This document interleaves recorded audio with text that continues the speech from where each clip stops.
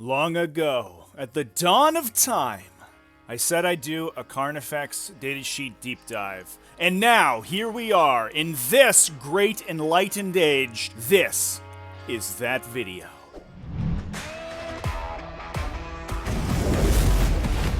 What's up, folks? Welcome back to Tactical Tortoise. My name is Trevi, and welcome back to another datasheet deep dive. This is the video series where we take one datasheet, or in this case, a set of datasheets in Warhammer 40k, and we just grind it into the dust. We talk about every aspect of it, a lot of synergies and interlocking pieces, other units, stratagems, abilities, warlord traits, all that good stuff that you can use alongside that datasheet to make it good.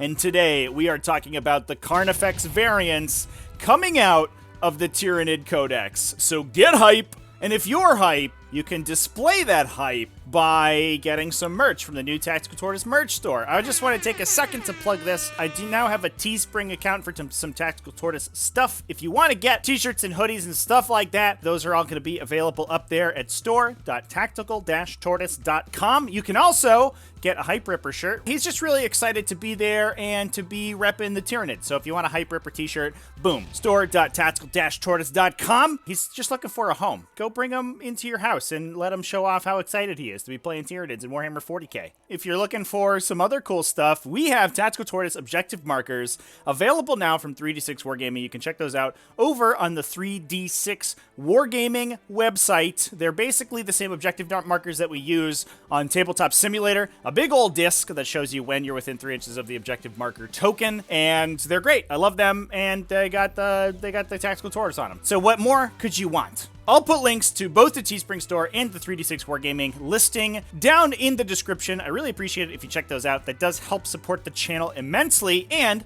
looks fashionable doing it. So, you know, get on that.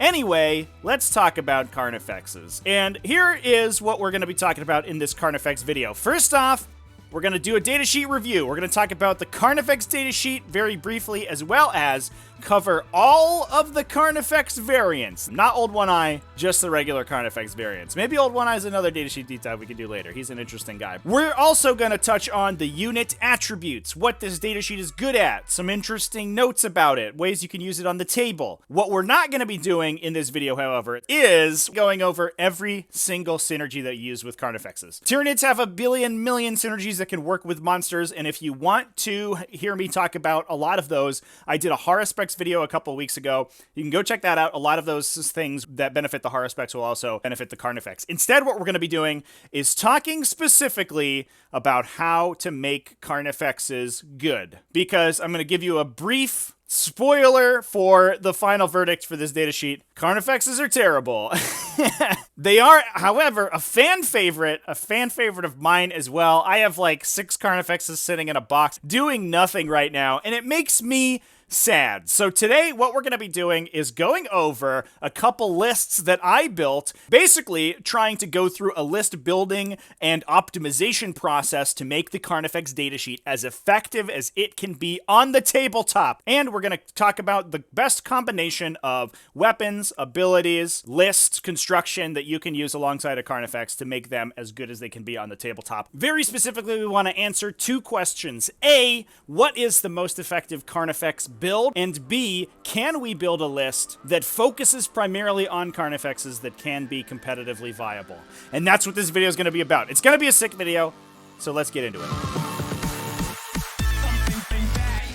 First off, we'll start with the standard Carnifex. It has a pretty average profile. It's a little fast, speed 7, strength 6, toughness 7 is pretty good, only 8 wounds, so we're kind of looking at it in the same vein as we are a box dreadnought. Only 4 attacks and a 3+ save. When you look at the points value, it seems pretty good. 80 points, right? Nice. That's awesome.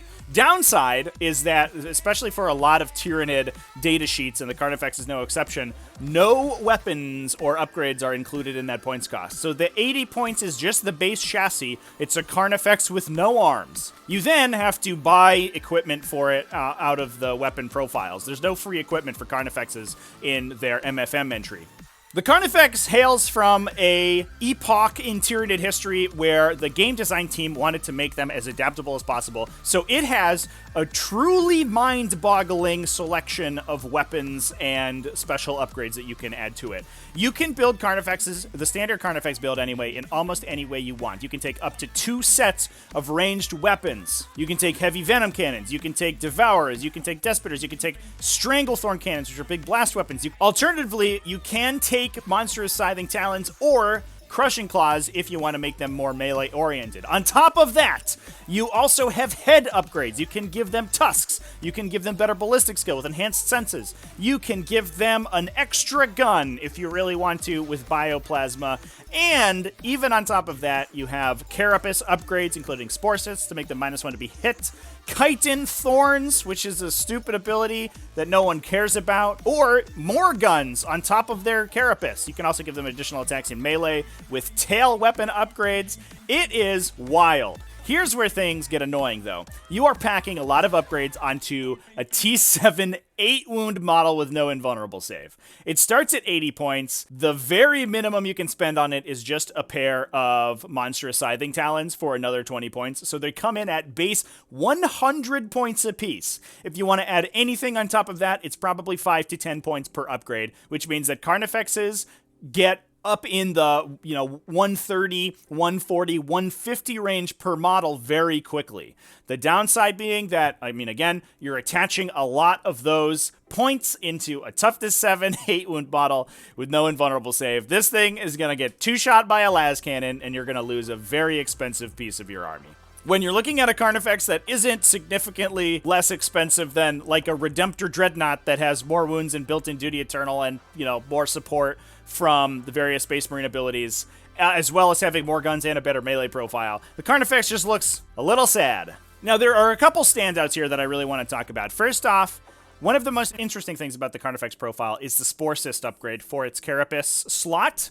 It basically means that it's always in range of a Venom Thrope's Shrouding Spores. It doesn't stack with other spore abilities in the Tyranid Codex, but that brings the Carnifex from being just a pushover to kill to being slightly annoying to kill. And it's at a 10-point upgrade, it's still a little expensive, but it's 10 points to protect another, 130-ish points probably of your build, which means that a lot of times we're going to be looking to include Spore Cysts in essentially any Carnifex build that we're assembling. With those head upgrades, you can also specialize the Carnifex a little bit better. You can add tusks for +1 attack when you charge, bringing this alongside the +1 attack you can get from bringing double monstrous scything talons to 6 attacks, which is pretty alright. Alternatively, if you're bringing a bunch of guns, you can add enhanced senses for a 3+ ballistic skill. I would recommend doing this almost every time if you are focusing your Carnifex build on shooting people with guns. So, what we have here is a relatively mediocre profile with not great points per wound. It's pretty fragile, but you're able to specialize it to whatever build you want. Carnifexes also have some sort of universal special abilities. First off, they are a monster squadron, like a vehicle squadron. They have the Monstrous Brood rule, which means that you deploy the unit within 6 inches of each other, not regular coherency, and then they split into separate units after deployment. In addition, they also get +1 to hit and have the potential to deal mortal wounds when they charge. This is really important for their melee profile since they only have a base 4+ weapon skill. But when they get that +1 when they charge, in addition to rerolling ones from monstrous scything talons, they can be relatively accurate. Now, a big downside of the Carnifex datasheet, and one reason that we really need an updated datasheet in a new Tyranid Codex, or maybe an errata to this one, is that the change in 9th edition so that bonuses to hit no longer stack is a really big downside for the Carnifex in particular. One of the strengths of the Carnifex datasheet, and if we do talk about Old One-Eye sometime in the future, he got absolutely neutered by this, is that you could stack a lot of those bonuses to hit to make their hits almost automatic. You could add Living Battering Ram for +1 in addition to Prey Sight from a custom High Fleet for an additional +1, and Old One-Eye himself has an aura for +1 to hit as well. It means you could be hitting on a 1+ rerolling ones, which means that even swinging into a -1 to hit, you were still hitting on 2s, which was a pretty big deal for the Carnifex, and unfortunately that doesn't work anymore. They're only ever going to be hitting on 3s with that reroll 1s, which is not amazing when you're talking about like 120-ish point melee model, especially since their strength isn't phenomenal, only strength 6, which means a lot of times against armored targets they're going to have to be winning on 5s. Low accuracy on those low strength attacks is not really where you want to be. So now that we've talked about the base chassis, let's move on and talk about the particular chassis. I'm going to just give these a brief once-over. First off, we have the Screamer Killer datasheet. This is essentially a regular melee Carnifex. It costs 20 points over what you would normally spend on a Carnifex with 2 sets of monstrous scything talons, but for that you get a bioplasmic scream built in, so it's essentially the bioplasma head upgrade, but this one is a little bit more effective. It shoots D6 shots at an assault blast profile rather than D3, which is totally fine. Now, the downside being that Carnifexes, especially without a head upgrade, aren't that good at shooting. They're only ballistic skill 4, and a lot of times they're going to be advancing up the table, meaning they're only hitting on 5s. So while that strength 7 AP 4 profile looks really cool, you probably miss most of the time. Maybe you get 1 or 2 hits through and it does like 1 damage. That's not really worth 20 points over the top of a regular Carnifex. You also have this terrifying rule where it makes stuff more likely to run away within 8 inches. It doesn't really matter. But the upside of Screamer Killers is that they can be upgraded with Spore Cysts if you want them to be. That means that they're not totally neutered from the standard profile, since you'll probably usually want Spore Cysts to be upgraded on almost whatever Carnifex profile you're looking at. Next up, we'll move to the Thornbacks datasheet. This one's a little bit less pre-built. It doesn't come with its weapons already included. So it comes with a base pair of monstrous scything talons, along with Devourers with brain leech worms, meaning that the base profile for this guy comes in at 100 points, which is a little bit of a savings compared to the Screamer Killer. Now, there are some downsides, however. The first one being that it's limited on the weapons that it can take. First off, its scything talons can only be replaced with a Stranglethorn cannon. You cannot take venom cannons on this model. You also cannot replace the scything talons with additional little guns. A lot of times what you're going to want to be doing is taking 4 sets of Devourers with brain leech worms, and you cannot do that in this one. You can only ever have 1 set of those Devourers alongside that Stranglethorn cannon or the melee profile. And that sort of splits the use case of this datasheet. The Stranglethorn cannon, while it's often useful, isn't like the greatest profile that you can have. It's just a D6 shot blast weapon that gets +1 to hit when you're shooting at larger units, which means that you could potentially hitting on 2s, shooting at 10 or more models, and with that blast profile be shooting a lot of shots, but it's only at a base autocannon profile, strength 7, AP 1 for 2 damage, which isn't phenomenal. It might be better as the meta trends towards lighter armored enemies, but it's just so random, and being blast on a monster means you can't shoot it in melee, which is not very good. A weapon option that's better at killing those lightly armored models is that Devourer with brain leech worms, but again, you can only take 1 of those on this datasheet. Now, the upside is that if you decide to specialize it into shooting, you can take enhanced senses. So it is +1 ballistic skill, which is great. Importantly, that's +1 ballistic skill, not +1 to hit, which means that it's not doubly affected by penalties to hit, which is also great. However, you cannot take the Spore Cysts on this profile. The thorny back, I guess, there's no room to grow the Spore Cysts on. There is a really interesting ability on this datasheet, and one that really focuses its specialization on shooting, and that is that enemy infantry units never gain saving throw bonuses to cover against attacks made by Thornbacks. That is phenomenal, and especially since a lot of Tyranid ranged weapons are very low AP, being able to ignore cover is a lot of times functionally identical to +1 AP on all their weapons, which is amazing. Now, if this thing could either take Spore Cysts or take Devourers with brain leech worms on 2 sets, I would love it. But the fact that it's just not quite there kind of is a hitch for me. Now, that said, it is relatively efficient with the enhanced senses build. If you are taking a Stranglethorn cannon and a set of Devourers or Death Spitters,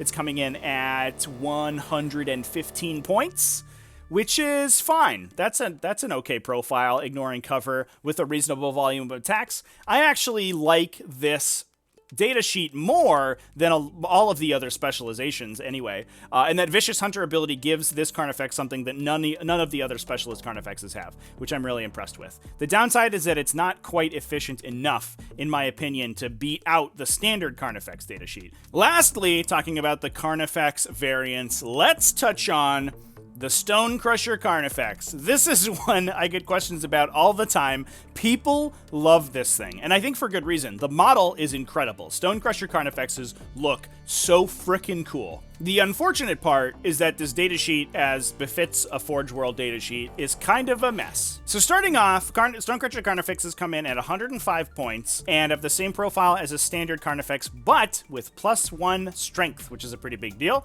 bringing them to a base strength 7, which means they wound a lot of vehicle equivalent enemies on 4s, and if they have any bonuses to strengths at all, it's probably 3s. Their base profile also comes equipped with 2 bio flails, which is a pretty decent weapon profile. Comes in at strength 8, AP 1 for 2 damage, sort of an autocannon equivalent. However, the fact that they have 2 of them does literally nothing. It doesn't do anything. There's no special ability for having 2 of them, which is frustrating as hell. They do double your attack, so you're swinging 8 times with those flails, which is solid, as opposed to the Record Claws, which are the upgrade. Now, unfortunately, the Record Claws are monumentally expensive. Each set of Record Claws costs you 10 points, which means to have 2 sets of them costs you 20 points, bringing the cost of this entire datasheet up to 125. Now, the profile on this thing is very good. 2x strength, so coming in at strength 14, AP 3 for a flat 3 damage. Kind of a Thunderhammer Plus is great. If you have 2 sets of Record Claws, you do reroll your hit rolls. Now, the downside is the profile on these Record Claws is really solid. I mean, the flat 3 damage is a little bit low for a big expensive monster, but strength 14, AP 3, those are all fine. The downside profile you're attaching it to, the delivery platform for this weapon is terrible. Only 4 attacks on the Stone Crusher Carnifex, and that's for weapons that you spend a bunch of extra points on. Now, there's also no benefit to bringing a flail and a claw. Even though you can do that, it just gives you 2 options to swing with. Because the second bioflail doesn't do anything, you want to replace it with something useful, but you can only replace it with this claw that doesn't give you any extra attacks or anything. It just gives you extra weapon options and costs you 10 points. It's just a big mess. Now, while the Stone Crusher has no other options besides the loadout of flails versus claws that you have, it does come with an upgraded ram ability. On a 4+, it deals D3 mortal wounds to the unit you're charging instead of the single mortal wound that a standard Carnifex does, and if it charges a vehicle or monster, it deals D6 mortal wounds, which is phenomenal. And it has a little bit of an extra bump when fighting vehicles or monsters in that its claws go to damage 5. So overall, the Stone Crusher Carnifex, I mean, it's a weird one, right? I want to like it, but a lot of these Carnifex datasheets, it's just missing something. It's just sort of a little bit of a confusing profile. You're losing efficiency on your weapon slots if you take 2 bioflails, but you're inefficient if you upgrade the bioflails to anything. Give us something else to replace that second useless melee weapon. If this Stone Crusher Carnifex had a gun on the other side, if you could take some Brainleech Devourers or maybe a Venom Cannon or something, I think this profile would actually be pretty sick. Or if the claws were just free instead of costing extra points. On top of that, they only get brought in singletons instead of units of 3, which means you can't spam them to the level that you can spam other Carnifexes, so it's just sort of a big miss for this poor guy. So with that out of the way, let's talk about the unit attributes of the Carnifex.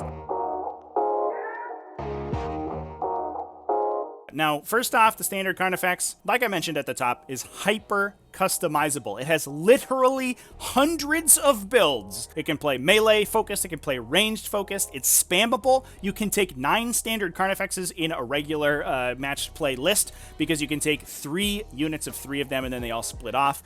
If you include the specialist Carnifexes, this becomes hyper spammable because you can take a possible 21 additional specialists. You can take 9 Thornbacks, 9 Screamer Killers, and 3 additional Stone Crushers, assuming that you have the points and detachment slots. You gotta throw some Spearheads in there, I think, to make that fit. That's wild. You could take 30 Carnifexes if you had an infinite number of points in your list in a standard match play list, obeying rule of 3, which is pretty cool. The downside is that, on the whole, this datasheet is fragile and it is expensive. Once their upgrade, a Carnifex coming in at probably 120 to 130 points apiece, means you're spending between 15 and 20 points per wound on these models. Now, normally that wouldn't be the end of the world if they were protected by a very tanky defensive profile, but they're not. T7 and a 3-up save is just sort of a regular vehicle equivalent profile, which things in the metagame right now can chew through with absolute ease. Anybody bringing D6 damage weapons, even anybody bringing a high volume of 2 damage weapons, which we're seeing right now, will be able to scythe through Carnifexes no problem. Imagine setting these guys up against a standard Drukhari army with 5 to 10 Dark Lances, and they automatically 2-shot Carnifexes when 2 Dark Lance shots just roll to wound on one of them, which means they can kill probably 3 of these models per turn very, very easily on just about average dice, which is frustrating to say the least. Now, that said, the fact that they have a divided profile, meaning that if you're taking a big unit of 3 of them, it splits off into 3 individual models that have to be targeted and killed individually, which means spillover damage is often lost on the unit as a whole. And the fact that they, with the Sporcits upgrade, have an innate -1 to be hit, makes them an annoying profile to kill. That doesn't make them tanky, but you'll find your opponent isn't quite able to do exactly average damage to the unit because either they're losing efficiency shooting at individual Carnifexes, or the -1 to hit can just screw some army archetypes sometimes. That said, again, the points per wound for that level of resilience is absolutely ludicrous. They are so expensive for what you get for this unit, and that is why, for the most part, they are very bad. But we're not going to be focusing on how they're very bad in this video. We are going to be talking about how to make them good. So, how do we do that? Is it melee focused? Not sure. Their melee profile is not very good. Base 4 attacks at a 4+ weapon skill. It relies on stacking buffs that don't stack. You can add +3 to hit on them, but it doesn't work anymore in 9th edition. You can stack a lot of attack buffs, so they can be making upwards of 6 or 7 attacks a piece, which is pretty good. But that, again, drives the cost of the Carnifex up, and you then also have to deliver that unit. A big downside of the split profile that I mentioned before is that a lot of the targeted Tyranid buffs that we have don't affect Carnifexes particularly efficiently. You want to be voracious appetiting your monsters once they get into melee, but having a 120-point Carnifex voracious appetited versus a 230-point Dimacaron is a lot less efficient. The same goes for abilities like Onslaught, allowing them to advance and charge, Hive Commander from Swarmlord, allowing them to double move. All of those things that can deliver them to combat efficiently can only ever deliver a single Carnifex instead of something bigger that's going to be doing more damage. And while that means you can potentially try to be trading up with Carnifexes, that's not particularly reliable, and it's inefficient on the buffs you're able to give out. So, the melee profile, not that exciting. You can build a jack of all trades with both melee and ranged. It's a little awkward because a lot of the upgrades that benefit them in one phase or another are very specialized. You are then spending points to not get the full return on those points. Like if you have enhanced senses on a model with melee weapons, you're spending 10 points to give it +1 to hit with only 1 gun, when it could be 10 points to give +1 to hit to 2 guns. And the same goes for a Tusk attack.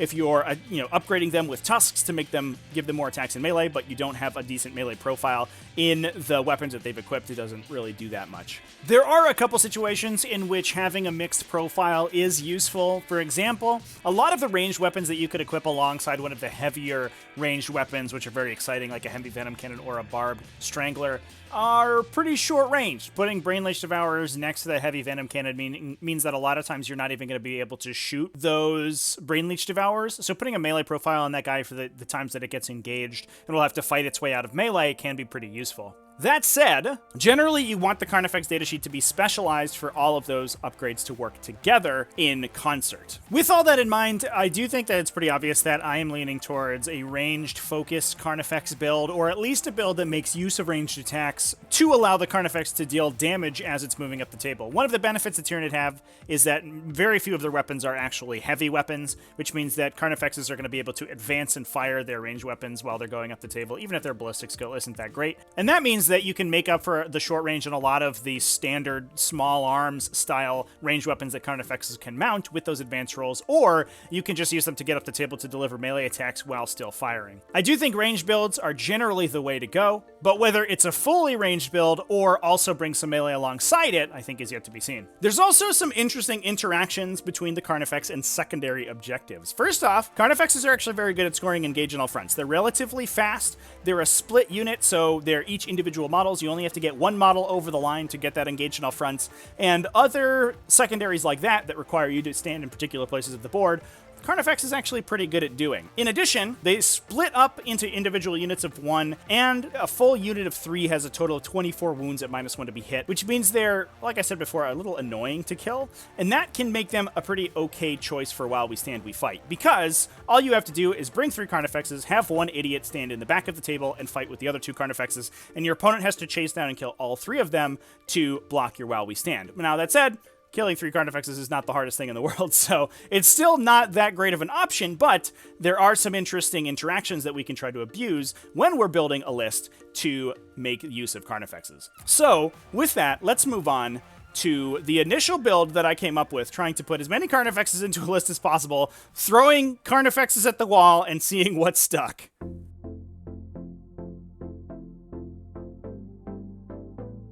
So the first list that I came to was specifically trying to abuse that While We Stand, We Fight mechanic with 3 units of 3 Carnifexes, picking While We Stand for them, and trying to get the rest of my secondaries pretty reliably. There are a lot of units in this list that can score Engage in All Fronts, for example. We can get Deploy Scramblers really easily as Tyranids. So if you're able to ensure that you can get While We Stand, We Fight, you can probably max all of your secondaries, or at least close to a 40 on all your secondaries with that Deploy Scramblers. Now, the downside is that the expense of Carnifexes means that 9 Carnifex block costs basically all of your points. There's very little room in the list once you've added 9 Carnifexes in, and all of the sort of support and random utility units that you need to be scoring objectives with for, additional punchy units. So what we did is we took a custom high fleet, which I think is one of the best combinations of custom high fleets for Carnifexes. That is Morphic Sinews, which allows you to advance and shoot assault weapons with all of your monsters, and Synaptic Augmentation, which is the Tyranid's terrible equivalent to an Expert Crafter's style ability.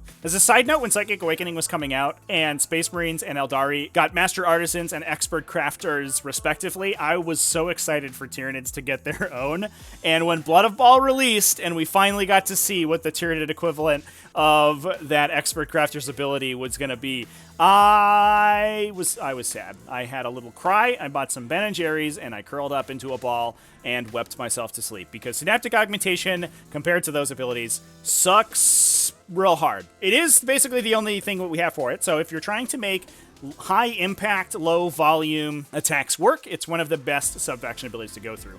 I also backed this list up with a standard core of a list, triple Neurothropes with 2 units of Tyranid Warriors to bunker them in. The Warriors gives you some pretty decent front line that you can run up and stand on objectives using, and the Neurothropes allow you to clear the way for the Carnifexes with a bunch of smites. Now, I'm not sure I would continue to run 3 Neurothropes anymore. It turns out that the 9th edition changed to how Neurothropes work, in that the wording for reroll mechanics in 9th edition is different, such that the Neurothropes don't actually reroll their 1s to cast spells anymore. It makes that unit way worse. It's not enough that I stop playing them. I usually take 1 to 2 Neurothropes in every list anyway because they're so useful, but it does mean that spamming them makes them a lot less effective, and I don't know if I would stick with 3 of them. Throwing a Broodlord or something in there is probably fine. Now, the upside as well is that Carnifexes don't really take your Adaptive Physiology slots, because those physiologies don't really do anything for Carnifexes. You're spending a CP to upgrade a single Carnifex, again, rather than putting that CP into upgrading a larger, more effective unit, which is pretty sad. Which means that we're open to take units like Tyranid Warriors that do require those physiologies to be efficient. So we have a unit of 8 and a unit of 9 Tyranid Warriors to eat that front line of attacking and provide a lot of OBSEC up in the middle with enhanced resistance, ignoring AP 1 and 2. So a lot of small arms fire just bounces off those units. They don't really care about them. And you can Unyielding Chitin them as well for an additional -1 damage, so to make those units even harder to kill. We have 2 Lictors to score Engage in All Fronts and Deploy Scramblers, in addition to 2 units of Ripper Swarms to add additional OBSEC. A unit of Sky Slasher Swarms, which is some technology that I really like, allows you to Metabolic Overdrive that unit on turn 1, get them up into an enemy table quarter, and score Engage in All Fronts without having to expose any of your larger unit. And the 3 units of Carnifexes. Now, with the thought in mind that I was going to be picking these for While We Stand, We Fight, I elected to sort of split them all up into different roles, which meant that I could mix and match the Carnifexes out of each unit for those roles, and you would have to, instead of being able to knock off While We Stand Be Fights by killing all of the frontline Carnifexes, for example, you'd have to kill 1 out of each and then do that 3 times. So I have 2 Carnifexes with heavy venom cannons, one of them bringing tusks to make it a little bit more effective in melee, one of them bringing enhanced senses, so it can sit in the back and act as more of a sniper. I also then have 1 Carnifex in the first 2 units, each with 2 sets of Twin Devourers to act as my infantry clearing. I have that again in the second unit, and for the third unit, I ended up just taking 3 Carnifexes with Heavy Venom Cannons and Scything Talons, one of them with that Enhanced Senses to sit in the back. All of them have Spore Sits to be -1 to hit, and the plan would be that the Enhanced Senses Carnifexes snipe from the back line and stand next to the Tyranid Warriors and Neurothropes to get that reroll. With Morphic Sinews, the rest of the Carnifexes could advance up the table to make use of their Heavy Venom Cannons on the way in to try to clear out enemy armor and then close in and deal damage with their monstrous Scything Talons. Essentially, the goal was to score points at the Warriors. The Warriors are also a good applicator for that Synaptic Augmentation because they go up the table and are a Synapse creature that is very widely spread out. Among 9 models, you can spread that bubble out pretty far. And I threw this list down to play a game, and it totally sucked. Unfortunately, Carnifexes are just too fragile to be the core of your damage output, and they just ended up getting blown off the table. They did a lot of damage, and the situations where like a Carnifex would roll 3 shots in its Venom Cannon and then be able to convert those with that Synaptic Augmentation buff was really cool. They were able to shoot relatively hard, and I could feel that we were on the cusp of power with those Venom Cannon shots, but it just wasn't there. Unfortunately, at 135 points apiece for a very easily killed profile, it was not good. And another big issue with Carnifexes in general is that they're monster keyworded, and that means that the more aggressive versions of Carnifexes are really hampered by terrain. They can't go through walls or other types of breachable terrain, which means that they end up losing a lot of movement on the way in. So if you're playing more aggressive melee-oriented Carnifexes, you have to deploy them out in the open, and they can't really make use of obscuring terrain or big walls or stuff like that to keep themselves alive. Because if they do, they're then, sometimes like 6 inches farther away from their opponent and will just never get in to fight them anyway. So with that, I decided to go back to the drawing board and try to reorient how I was going to be playing these Tyranids. Now, the one thing that impressed me in that first game, and I don't think it's going to surprise anybody who's played Carnifexes before, were those Quad Devour Brain Leech Worm Carnifexes. They shoot 24 times at Strength 6, no AP and only 1 damage, which isn't great, but the volume of attacks is so high that usually they'll chip off 2 or 3 wounds off a vehicle, even if they're shooting into something with a good defensive stat line. And that means like you can Pathogenic Slime them to get additional damage out, and you can really just pour an immense volume of fire onto somebody, and as long as they're not shooting into a 2+ save, they have a pretty good chance at putting damage through almost any defensive profile. If you're running infantry, and in combination with that Morphic Sinews and Enhanced Senses, they can be advancing and still hitting on 3s, which is phenomenal. So instead of trying to make these Heavy Venom Cannon Carnifexes work, because I think they're just too expensive for too little shot volume, we went back and I built a second version of the list that focused entirely on Quad Devour Carnifex shooting. So with that, I built version 2 of the list. Now this list split focus between the Carnifexes. I still brought 5 Carnifexes in the list, but backing that up was a little bit more anti-tank shooting, since while the Brain Leech Devour Carnifexes can chip off wounds from heavily armored targets, that's not really their goal. The goal is that they kill every infantry model on basically within like a huge 24-inch band in the middle of the table. Every turn, they just wipe all that stuff out. But they do need some help from the slightly more impressive units in the Tyranid Codex in order to make up for that failing in the anti-armor department. So what we did is we split from being a single battalion detachment out of a custom high fleet to only playing a patrol out of that custom high fleet. I still took Morphic Sinews on this one because I think it's an absolute auto-include if you're trying to make these Twin Devour Carnifexes work. Allowing that unit to advance and shoot without penalty is so phenomenal. Their threat range is not that great. They only threat 25 inches base, but adding that extra d6, I mean, they can clear the distance from your deployment zone to your opponent's deployment zone in one move. They can move 10-ish inches and then shoot into their deployment zone if they have stuff on the line, which is awesome. Once they get into the center of the table, it's also hard to outmaneuver them. They're going to be able to run around corners and get the lines of sight that they need. Now, outside of that, the second custom high fleet ability doesn't really matter. With more Brain Leech Devour Carnifexes, they're probably going to be spreading out a lot farther from the Synapse creatures, which means you're not going to be getting the benefit of that Synaptic Augmentation. And a single reroll on a 24-shot gun doesn't really help anyway. So generally, I think you want to take a second Hive Fleet adaptation that affects the rest of the army and buffs that a little bit more. In this case, I think I elected for Biometallic Cysts because I retained those 2 units of Tyranid warriors to get enhanced resistance, and that makes them a little bit better at chunking off stuff with a high armor save. So with that, this patrol detachment out of that custom Hive Fleet contained a Neurothrope, as well as 2 units of Tyranid warriors, 2 Lictors, and a unit of Sky Slasher swarms for all of the reasons that I mentioned earlier. We have those 5 Carnifexes. One of them is missing Spore Cysts, but otherwise they all have enhanced senses, Spore Cysts, and the 2 Twin Devourers. And we're following that up with a second patrol detachment. And I think, some people are probably going to sigh at this one and go, oh, of course. It's a Hive Fleet Cronus detachment, brings 2 Neurothropes, a Ripper Swarm, and 2 units of Hive Guard.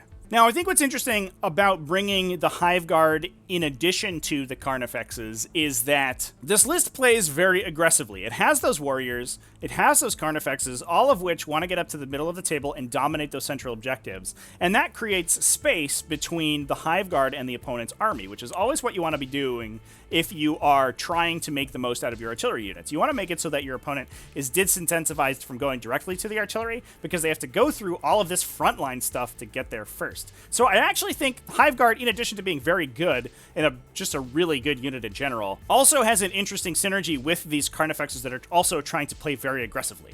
There's an additional synergy in that the Carnifexes need the anti-armor help, and the Hive Guard can provide that. I do think that it is probably one of the best picks to support the Carnifexes, and I do think that they work well naturally together.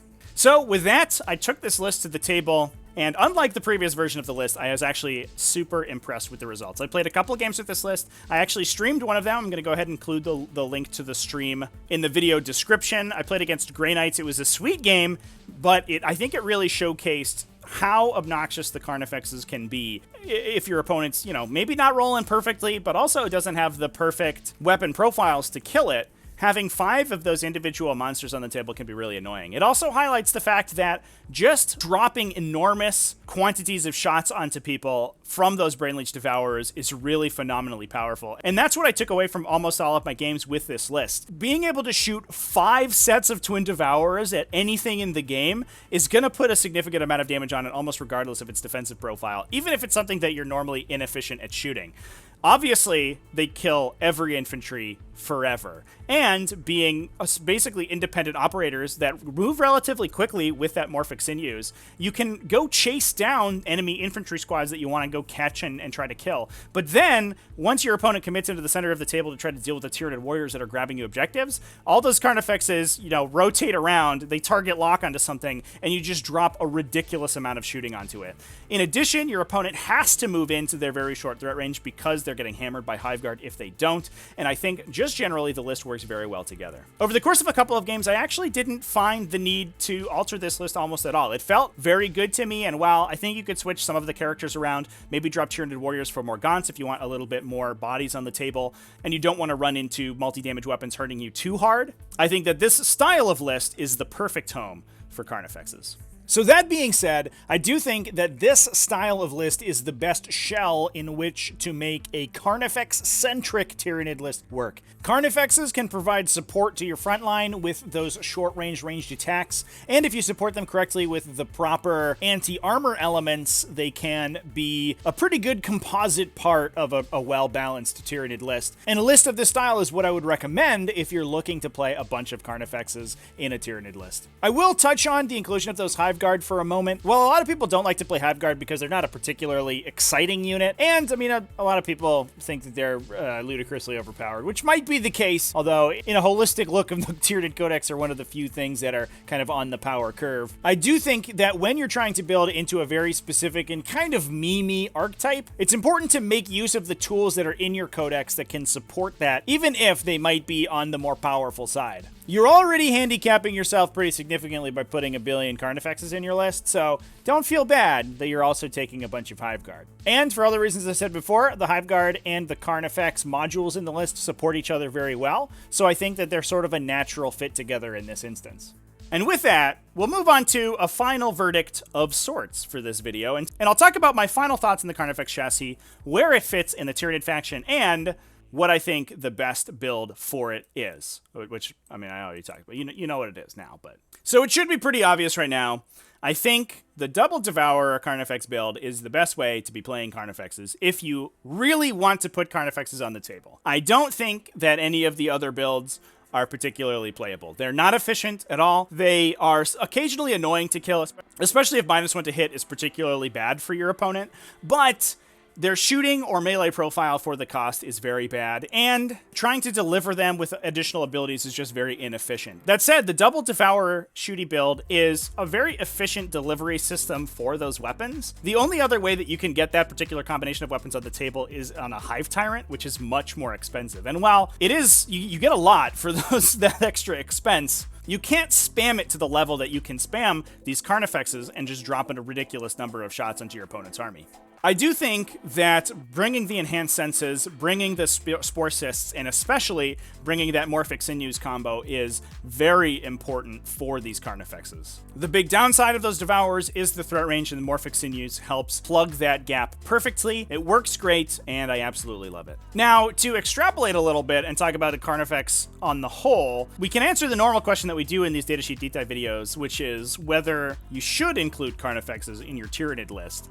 And I think, generally, the answer is probably not. You don't really need Carnifexes a lot of times, and if you're looking specifically for an anti-infantry option, there are more effective and more efficient options in the Tyranid Codex. That said, I was surprised enough with the Carnifex that it wasn't super bad. It was fine. I enjoyed playing it. They did a lot of damage, and in some instances, my opponent either couldn't really deal with the spammed -1 to hit, or got absolutely blasted by the weapon profile on those Brainleech Devourers. And I think we're moving into a metagame with the release of the Drukhari Codex, where those, especially that Devourer profile, is going to be more impactful. Having a high volume of Strength 6 shooting is really good right now. That shoots Raiders winning on 4s, which means you're going to be able to put a lot of damage on them, and almost every Drukhari infantry is only toughness 3, which means that you're wounding all of it on 2s. So one Carnifex can come in after the rest of your army blows up Raiders or something like that and just wipe everything in that transport out in one shot, which is a pretty good place to be. So I do think that the stock of those Quad Devourer monsters are going up, and the Carnifex is the most efficient way to get that profile on the table. Now, like I said before, I wouldn't really play any of the other versions of Carnifexes. I don't think that there is a way in the Tyranid Codex to make them work in 9th edition. Some of the core rules changes have hit them too hard, and they just don't do enough for their expensive points cost to make sense. And I think that is too bad. I think having a very flexible datasheet is very cool, but only if multiple of those options are worth it. And I do think that only the Quad Devourer option is the way to go. But anyway, that's going to be it for this video. Thanks everybody for watching. I hope you enjoyed this deep dive into the Carnifex datasheets, because we did talk about all the Carnifexes today. This is going to be a long one, because we talk about so many things in this video, so I hope everyone had a good time. Big thanks to everybody for watching all the way to the end of the video. Also, big thanks to my patrons over at patreon.com/tacticaltortoise and the channel members, who you can join in the link down below the video. All those folks help support the channel, help me keep doing what I do, and they get some extra free stuff. We have the Advanced Tactics series going right now, where we do deep dives into the tactics of particular aspects of Warhammer 40k, like playing individual missions, playing on a chess clock, or analyzing your games from the matchup stage. So if you're interested in that kind of content, please consider joining one of those two things. They also get early access to videos with some extra content, some bloopers, some additional discussion in there as well, and they get my undying love and gratitude. So that's it. That's the end of the video. Thanks again for watching all the way to the end. Remember to keep it classy, folks, and have happy wargaming.